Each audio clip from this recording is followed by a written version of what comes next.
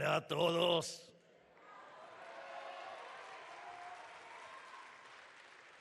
Bonjour à tous et bienvenue à la toute nouvelle et première édition du Forum de Madrid en Argentine. C'est une grande joie et une grande fierté pour moi de vous avoir ici. Je voudrais saluer tous les dirigeants de la Libertad Avanza, ici présents, ainsi que les dirigeants internationaux venus de loin pour mener, aujourd'hui, à nos côtés, le combat le plus noble que l'on puisse mener, celui pour la liberté.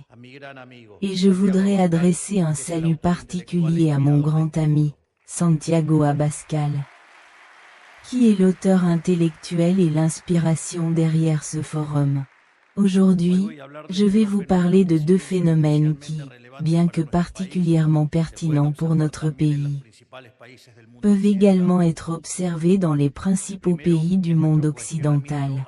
La première est notre remise en question de ce que nous appelons le parti-État, ces structures politiques qui, quelle que soit l'étiquette partisane qu'elles utilisent, rejettent le modèle de liberté parce que leur survie même en dépend, qui n'est rien d'autre que ce qui, en Argentine, est devenu populaire sous le nom de caste.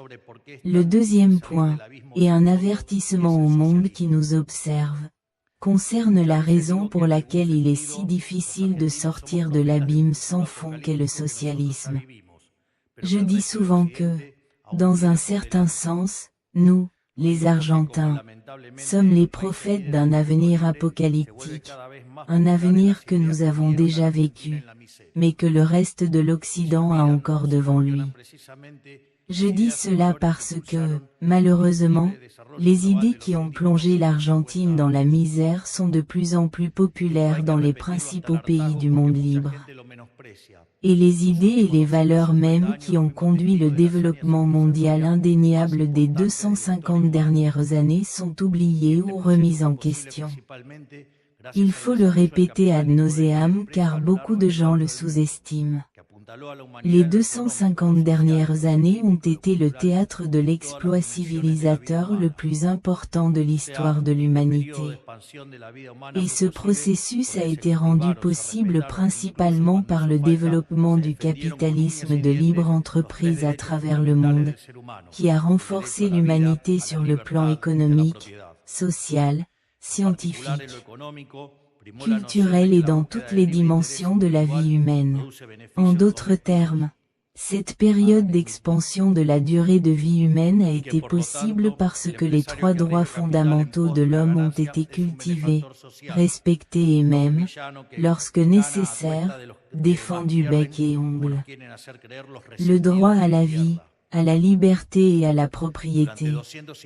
En particulier, dans la sphère économique, l'idée que la poursuite de l'intérêt individuel produit des bénéfices collectifs a prévalu.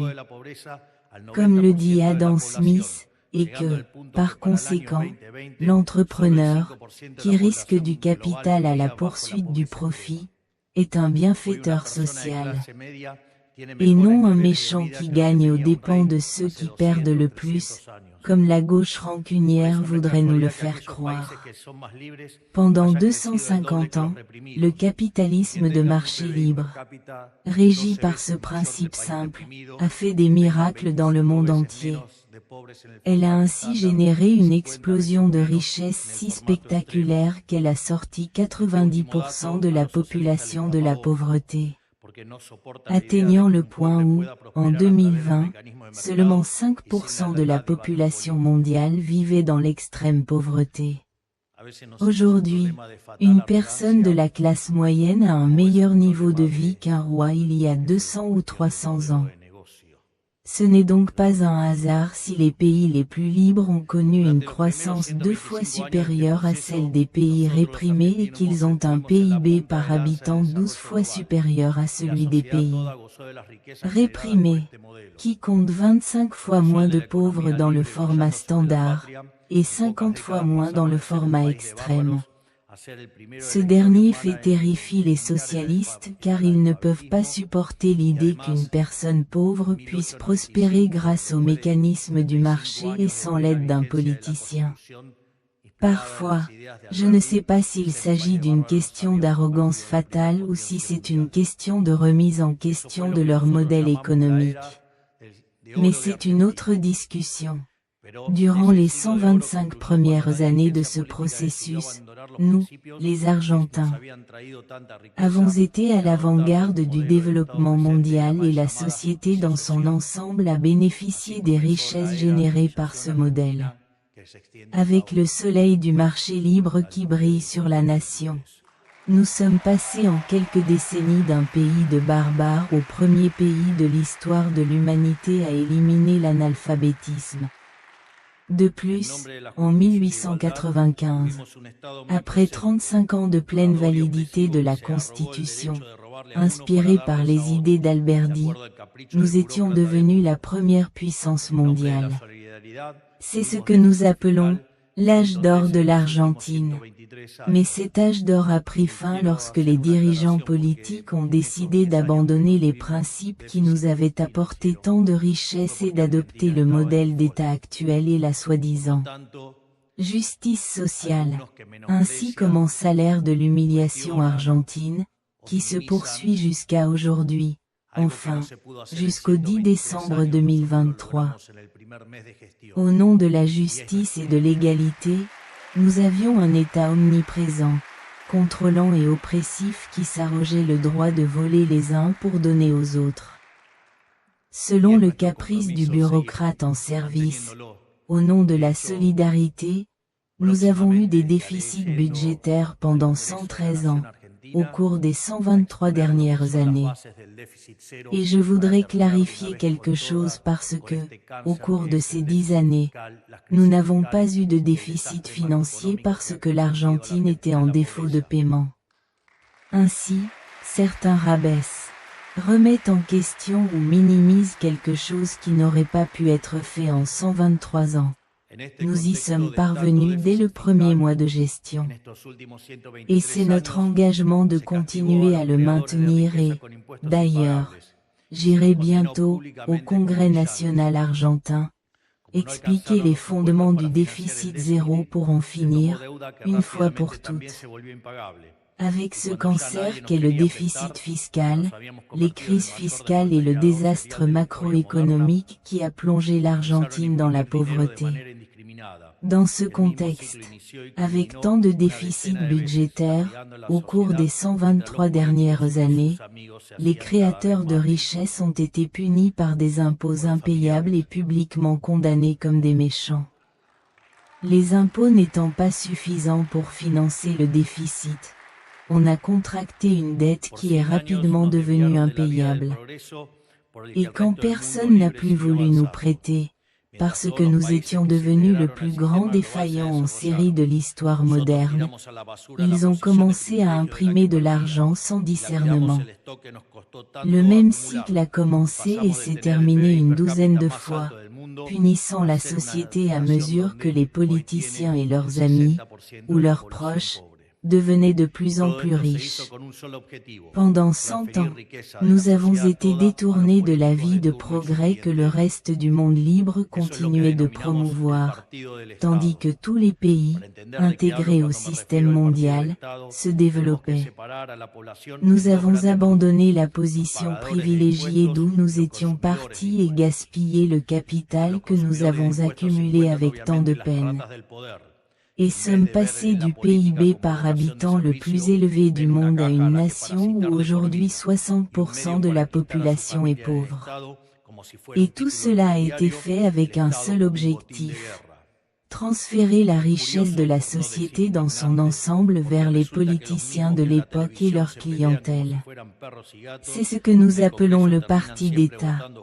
Pour comprendre ce dont je parle, lorsque je fais référence au parti État, il faut séparer la population en deux grands groupes: les contribuables et les consommateurs d'impôts. Parmi les accapareurs d'impôts, Il y a évidemment les rats du pouvoir qui, au lieu de voir la politique comme une vocation de service, voient une boîte à parasiter à vie et un moyen d'ancrer leur famille dans l'État, comme s'il s'agissait d'un titre de noblesse, l'État comme butin de guerre. C'est curieux, pour ne pas dire scandaleux, car il s'avère que les mêmes personnes qui à la télévision se battent comme chiens et chats au Congrès. Ils finissent toujours par voter ensemble quand il s'agit de nuire à la société. Et vous pouvez le voir au Parlement européen. C'est une règle tacite de la politique argentine de ces dernières années. Plus un projet de loi reçoit de votes au Congrès, plus il est mauvais pour la société. Mais le problème ne s'arrête pas à eux. Elle englobe tous ceux qui reçoivent de l'argent et des faveurs de l'État en échange de leur défense acharnée du statu quo. Au lieu de défendre les intérêts de la population, qui sont ceux qui viennent réellement payer avec leurs impôts, l'État-parti ne se limite pas aux politiciens et aux entrepreneurs. C'est-à-dire qu'il ne s'agit pas seulement de la classe politique, mais aussi des hommes d'affaires corrompus. Mais non, la caste ne s'arrête évidemment pas là, car sur cette longue liste on retrouve les journalistes et les médias, qui, aujourd'hui, ne sont guère plus qu'un service de propagande, à vendre au plus offrant. On peut trouver des syndicalistes qui livrent des travailleurs en échange d'avantages, aux gestionnaires de la pauvreté, qui administrent l'aide sociale aux plus vulnérables et les forcent à marcher contre leurs propres intérêts, sous la menace de couper le régime. Ou les soi-disant scientifiques et intellectuels, qui croient qu'avoir un diplôme universitaire fait d'eux des êtres supérieurs, et que nous devrions donc tous subventionner leur vocation. Si vous pensez que vos recherches sont si utiles, je vous invite à aller sur le marché comme tout autre citoyen, faire vos recherches, publier un livre et voir si les gens sont intéressés ou non. Au lieu de vous cacher, sans vergogne, derrière la force coercitive de l'État. On peut aussi parler des artistes, amis du régime, qui reçoivent de grosses sommes d'argent pour donner des récitals devant 30 personnes et prendre des photos avec le maire et le gouverneur.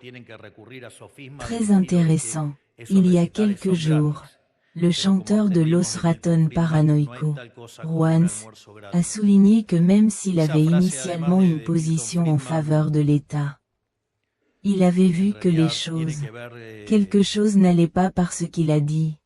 Ce n'est pas possible que vous alliez donner un concert à Caleta Olivia avec 50 personnes et que vous fassiez payer comme si vous remplissiez le Madison Square Garden.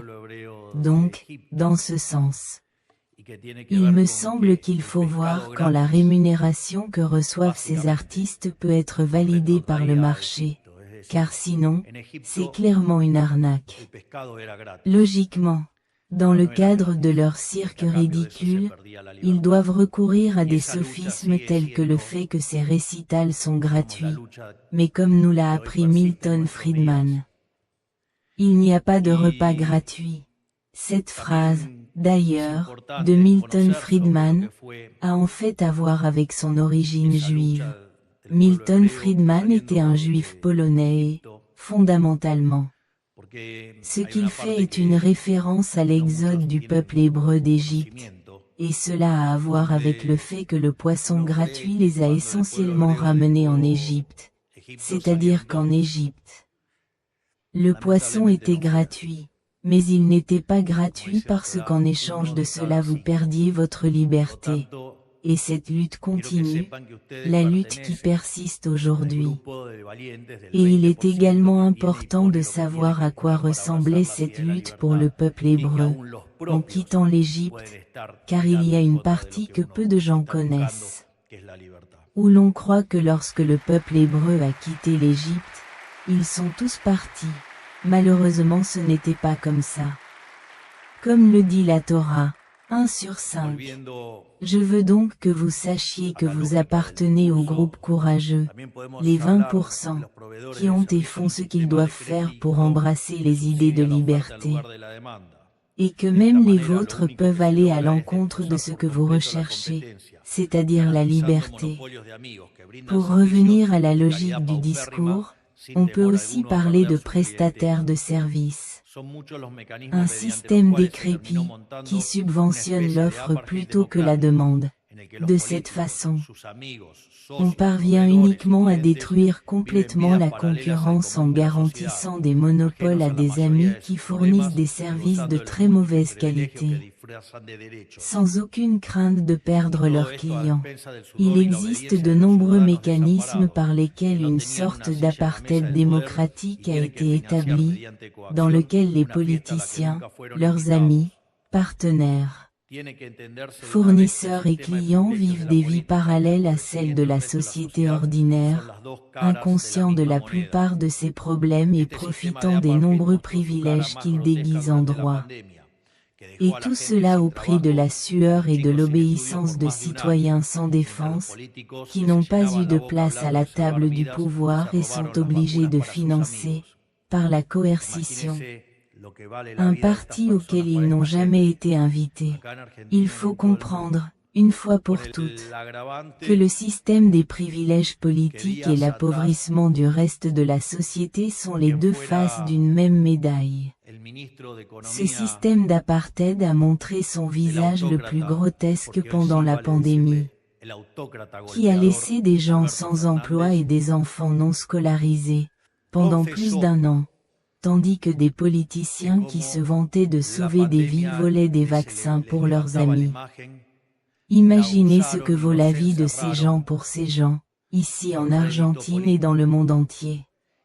Le facteur aggravant est que, il y a quelques jours, l'ancien ministre de l'économie de l'autocrate, car aujourd'hui il vaut la peine de l'appeler l'autocrate abusif, Alberto Fernandez, a avoué que depuis que la pandémie avait amélioré leur image, ils l'ont utilisée et nous ont enfermés à des fins politiques. Détendez-vous. Allez-y à fond, j'adore ça. Je me souviens de cet événement comme d'un événement très intéressant. Je me souviens que, à cette époque, j'ai publié probablement l'un de mes meilleurs livres intitulé Pandonomics. Et l'une des choses que l'on remarquait, en regardant les chiffres, était que si l'Argentine avait fait des choses comme un pays médiocre, 30 000 personnes auraient dû mourir du Covid. 30 000, vraiment.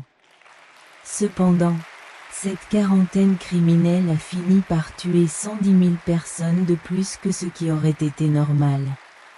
Autrement dit, 140 000 personnes sont mortes, mais 110 000 d'entre elles étaient la responsabilité d'un gouvernement criminel.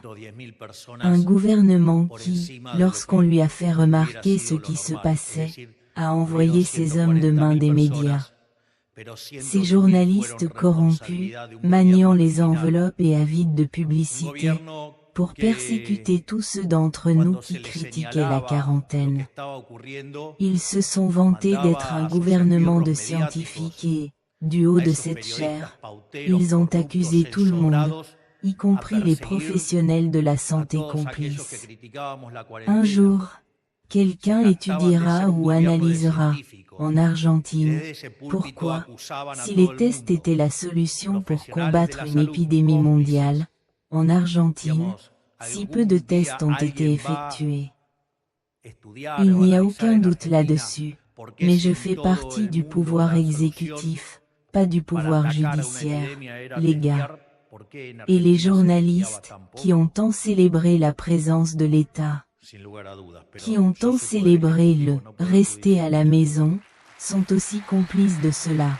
Tout comme ces criminels qui se promenaient avec un t-shirt sur lequel était écrit « La Pedro Can », qui était le chef de l'infectocratie et qui nous a tous enfermés brutalement. Oui, c'est comme ça qu'il nous a quittés. C'est pourquoi, l'année dernière, Ce parti d'État avait son candidat le plus désiré en Argentine. Sans aucun doute, je ne sais pas si vous vous en souvenez, mais lors du second tour des élections de l'année dernière, il n'y avait pas une seule organisation sociale, syndicat, chambre de commerce, ONG, association civile ou acteur économique pertinent qui ne soit pas venu demander de voter pour Sergio Massa. L'AFA et des dizaines de clubs ont appelé à voter pour Massa. Les radicaux ont demandé de voter pour Massa. Même la bienheureuse société rurale le soutenait. Sans parler des journalistes qui ont exhorté les gens à voter blanc au second tour, ou à ne pas se déplacer du tout, ce qui était une forme de complicité. Et sans parler de ceux qui ont prédit une victoire éclatante, écrasante et incontestable de Massa. Ils n'ont pas réussi parce que, en fin de compte, Massa n'était que cela. Le candidat du parti d'État, le candidat de chacun de ceux qui ont quelque chose à perdre si ce système pourri, qui ruine la vie des Argentins, change. Et c'est pourquoi ils sont si résistants au changement. C'est pourquoi il y a tant de critiques. C'est pour cela qu'il y a tant de cruauté, parce que la caste a peur. Et elle a peur pour ses coffres. Mais ce candidat était aussi le candidat des lâches, qui préférait une servitude paisible à une liberté dangereuse qui leur aurait sûrement mieux convenu sous le modèle de la liberté, mais qui était paralysé par le risque que comporte toujours le changement. Eh bien, oui, bien sûr, le reste appartient à l'histoire. Le 19 novembre, plus de 14,5 millions d'hommes et de femmes libres ont vaincu le parti d'État et ses alliés, choisissant d'abandonner le modèle qui avait ruiné leur vie et de prendre le risque de la liberté.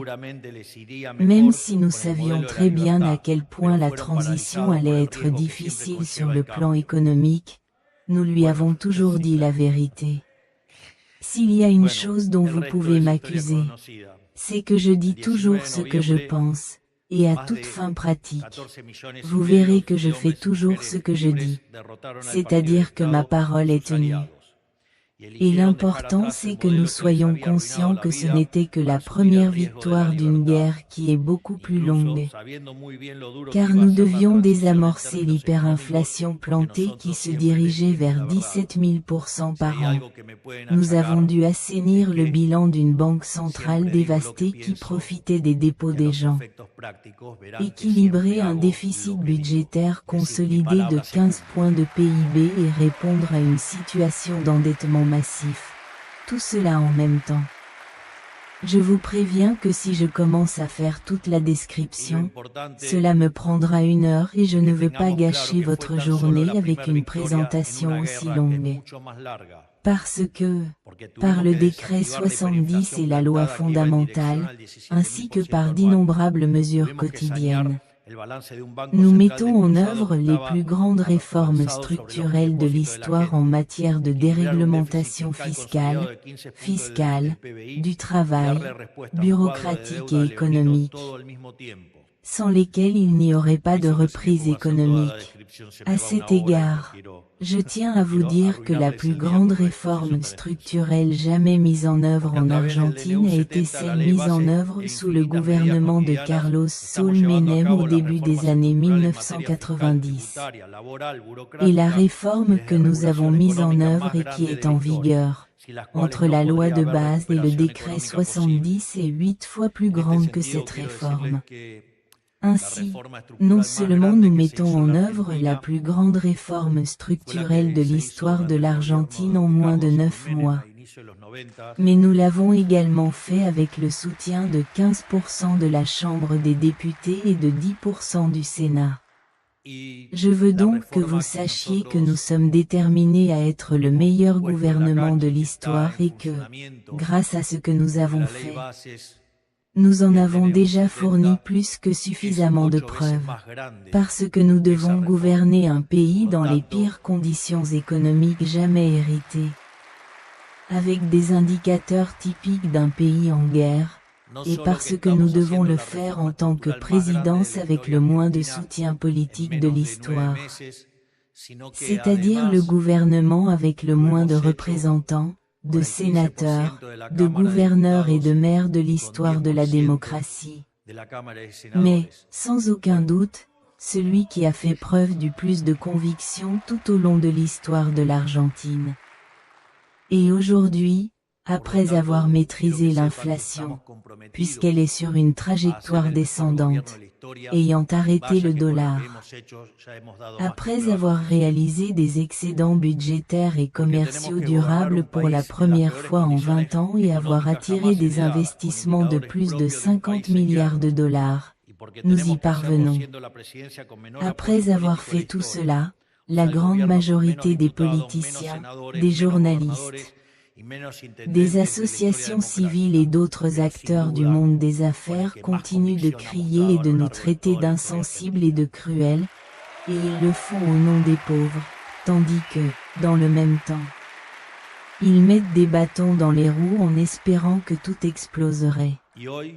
Il semble qu'ils ne sachent pas que le meilleur programme d'aide sociale pour les plus vulnérables est d'exterminer l'inflation. Et ceux qui l'accusent sont précisément les hyperinflationnistes ratés qui ont détruit la monnaie du pays. Je tiens donc à être très clair sur un point. L'État parti est bien conscient de la gravité de la situation dont il a hérité. Même les personnes économiquement analphabètes comprennent que les ressources sont limitées. Ils savent parfaitement que si les augmentations de dépenses qu'ils réclament étaient mises en œuvre, elles compromettraient la stabilité économique que tous les Argentins ont travaillé si dur pour atteindre. Parce que ce que nous avons obtenu est un effort de tous les Argentins, et par conséquent, nous devons le défendre bec et ongles contre les procureurs dégénérés qui tentent de briser et de détruire la société. Alors ne vous y trompez pas, ils se fichent complètement des retraités et de l'éducation publique. Ils ne s'intéressent qu'à leurs relations d'affaires avec la politique et la caste politique. En fait, je le fais pour toi. Les procureurs dégénérés sont prêts à mettre l'État en faillite et à forcer 10 millions d'Argentins supplémentaires à sombrer dans la pauvreté et la misère. Juste pour marquer quelques points avec leur beau discours à la Chambre.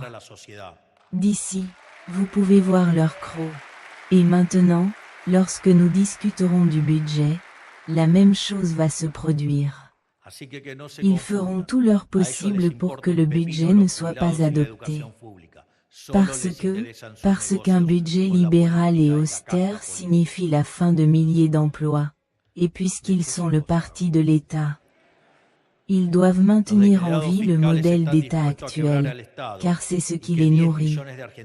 Ils ne se soucient pas du fait que le coût du maintien de cet État éléphantesque et vorace soit payé par le peuple, à la sueur de son front.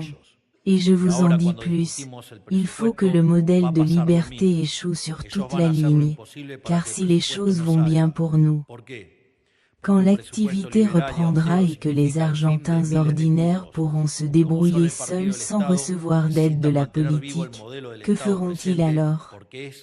Ils gâchent mon discours. Ils ne reviendront pas précisément parce que personne n'aura besoin des politiciens. Et il n'y a rien qui dérange plus les politiciens dans la vie qu'un travailleur qui n'a pas besoin d'eux. C'est pourquoi le seul jeu de l'opposition est de boycotter notre programme économique, et cela ne les dérange pas de tuer des gens en cours de route. Eh bien, tu sais quoi? Venez, nous sommes prêts à mourir avec nos bottes aux pieds. En fait, si nous avons toute la politique contre nous, nous faisons probablement quelque chose de bien. En fin de compte, mon message au monde libre est que nous connaissons les conséquences ultimes de la route vers le servage. Nous avons vécu et souffert pendant des décennies et nous expérimentons aujourd'hui, chaque jour dans notre propre chair, combien il est difficile de sortir et de revenir sur le chemin de la liberté.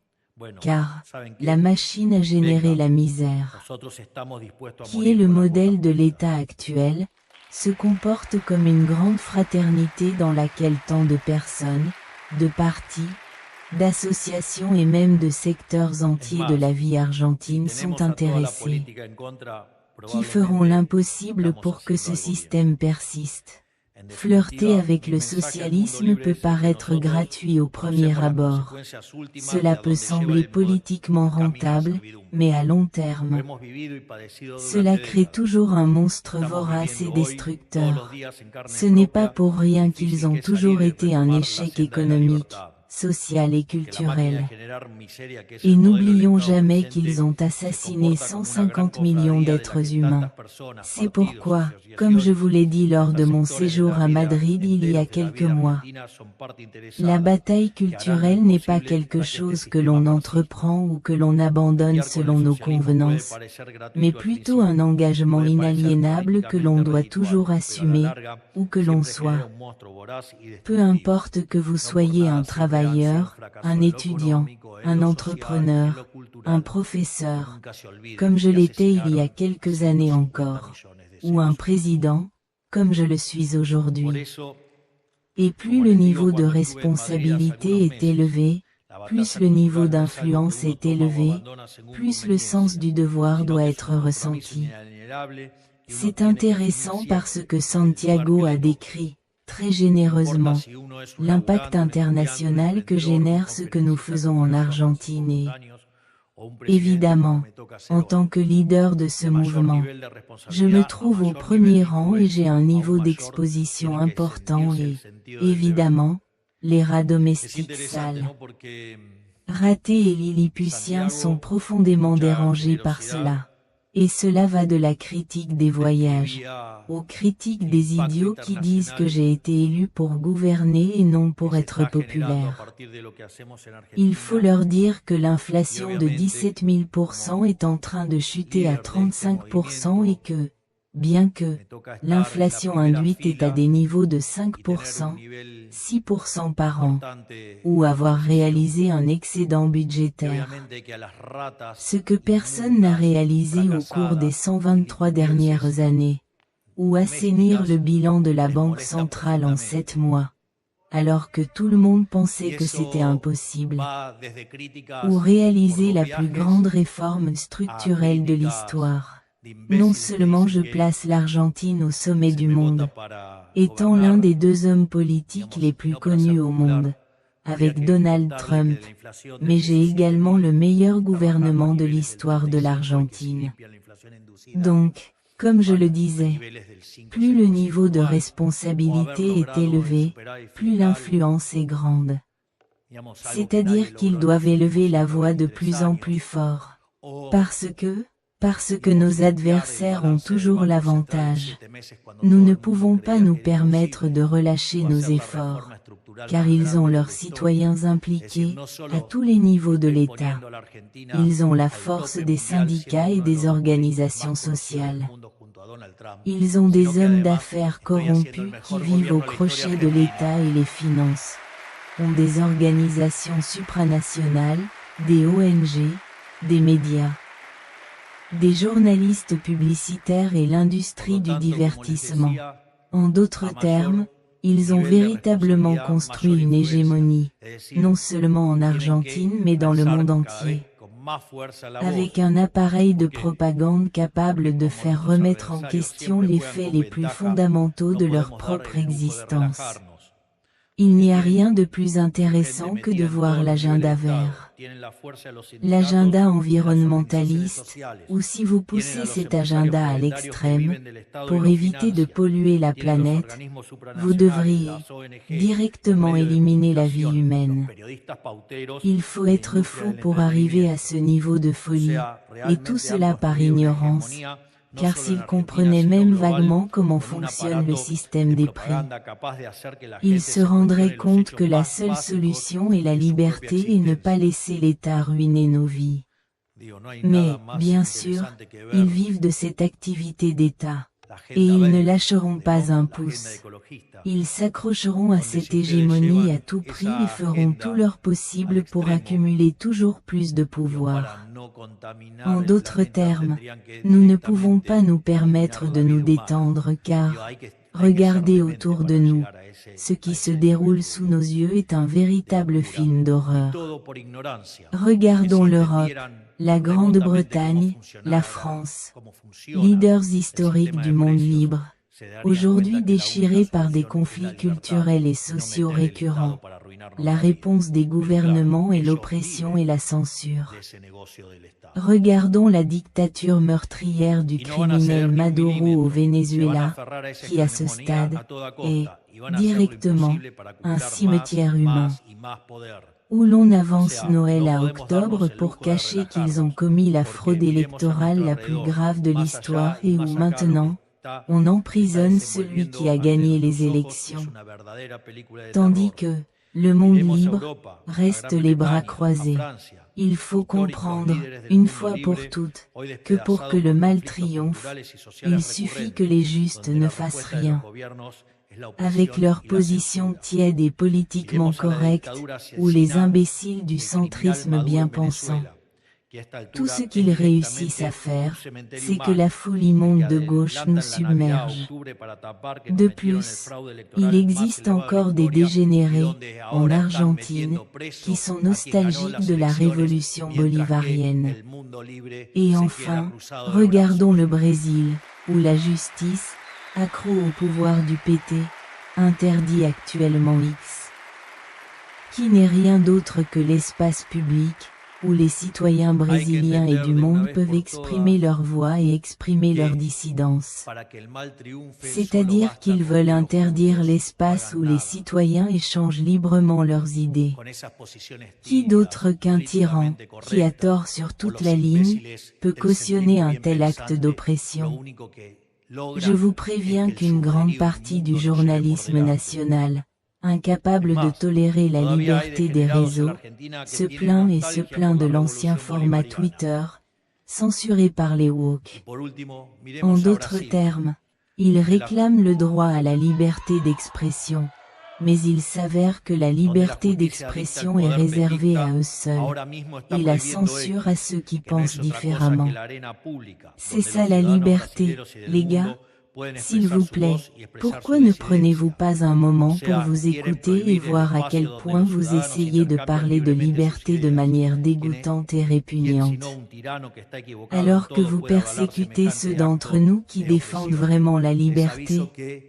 De plus, si quelqu'un qui est tombé de son lit s'étonne encore que tant de journalistes, les soi-disant champions de la liberté d'expression, défendent de telles absurdités, je lui dis qu'il n'y a aucune surprise là-dedans. C'est tout à fait normal. Car ils font partie de l'establishment politique et de la caste qui a appauvri les Argentins, par exemple. Car c'est précisément la liberté et l'horizontalité des réseaux qui mettent en échec leur monopole sur la vérité et font s'effondrer le château de cartes qu'est leur récit. Et ce sont alors ces mêmes personnes sans vergogne, qui traitent les gens comme des imbéciles, qui disent que la liberté d'expression, et même la démocratie elle-même, sont en danger dans des gouvernements comme le nôtre. Savez-vous pourquoi ils disent ça? Parce que nous osons dénoncer ouvertement les relations sexuelles depuis des années. Aujourd'hui, parmi de nombreux politiciens et de nombreux médias et journalistes, ou comme nous dirions, en créole, ici en Argentine, parce qu'ils ont le cul sale. C'est pourquoi nous ne devons jamais abandonner la bataille. Il faut toujours le combattre là où nous sommes, sans quartier, même si cela nous coûte la vie. Et vous devez le donner en le jetant avec le même feu qu'ils le jettent, pas en allumant des bougies, ni en demandant pardon ou permission.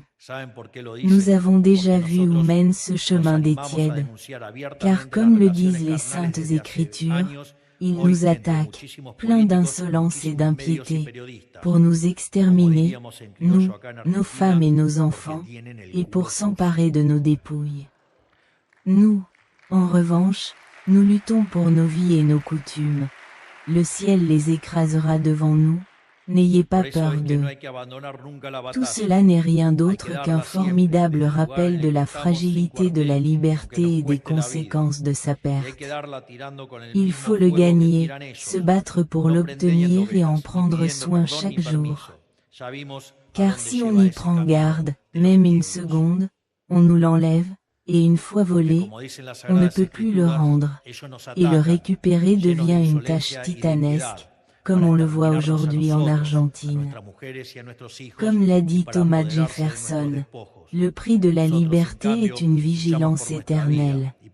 C'est pourquoi il est si important que nous soyons ici aujourd'hui.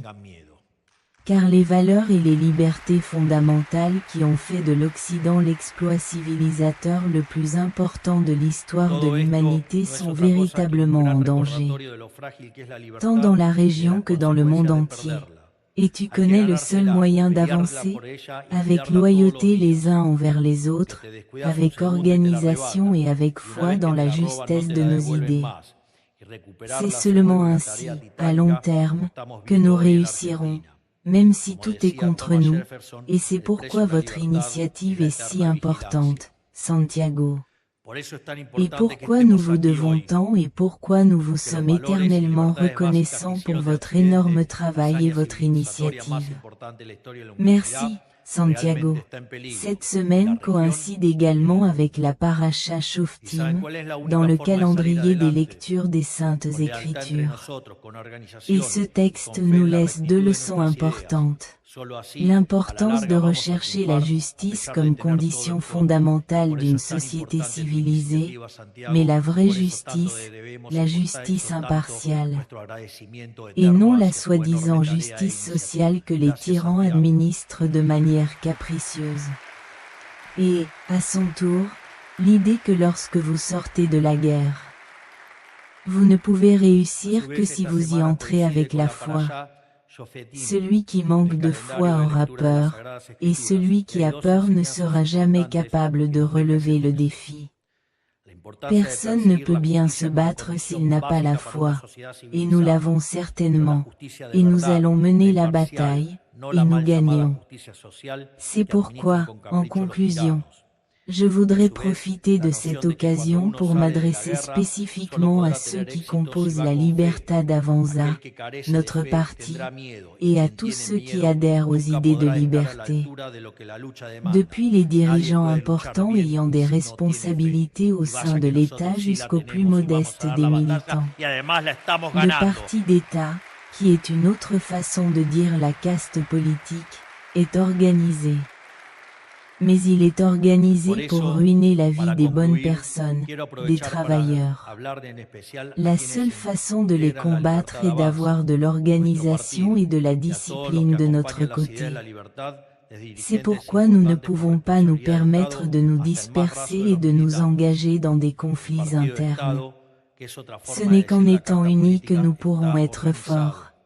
Ce n'est qu'en étant loyaux, de membre à membre, et en nous aidant les uns les autres que nous pourrons défendre le peuple argentin des griffes d'un pouvoir permanent. Nous travaillons au service d'une cause noble, vraie et commune, qui est bien plus grande que chacun de nous. Une cause pour laquelle il vaut la peine de donner sa vie. Ce n'est qu'en abandonnant nos aspirations personnelles que nous pourrons être à la hauteur de ce que cette cause exige de nous. Il n'y a pas de place pour les ambitions personnelles. Ce n'est qu'alors que nous pourrons être de fidèles serviteurs des millions d'Argentins qui nous ont fait confiance. Des millions qui ont eu le courage de croire à nouveau qu'une vie meilleure est possible. Nous ne pouvons pas les laisser tomber. Celui qui ne comprend pas l'énorme responsabilité d'appartenir à cet espace n'a pas sa place dans la Libertad Avanza. Ceux d'entre nous qui comprennent cela, disons aux Argentins, de ne pas avoir peur, car notre foi est aussi grande que le défi qui nous attend, et parce que nous sommes prêts à tout sacrifier, à tout perdre, pour tourner cette page sinistre de l'histoire, afin de clore, une fois pour toutes, La tragédie que fut cette dernière époque d'humiliation argentine. Afin d'inaugurer un nouvel âge d'or, en restaurant la nation argentine comme le phare du monde libre qu'elle était autrefois. Même si le parti au pouvoir fait tout son possible pour l'empêcher. Même s'il fait tout son possible pour s'accrocher à ce modèle qui n'a apporté que de la misère, l'Argentine sera libre, nous, les Argentins, serons libres et la liberté nous rendra prospères. Parce que peu importe le nombre de soldats, cela n'avait aucune importance. Nous l'avons prouvé à maintes reprises et nous le prouverons encore et encore. La seule chose qui compte, ce sont les forces qui viennent du ciel. Vive la liberté, bon sang. Vive la liberté, bon sang. Vive la liberté, bon sang. Merci beaucoup à tous.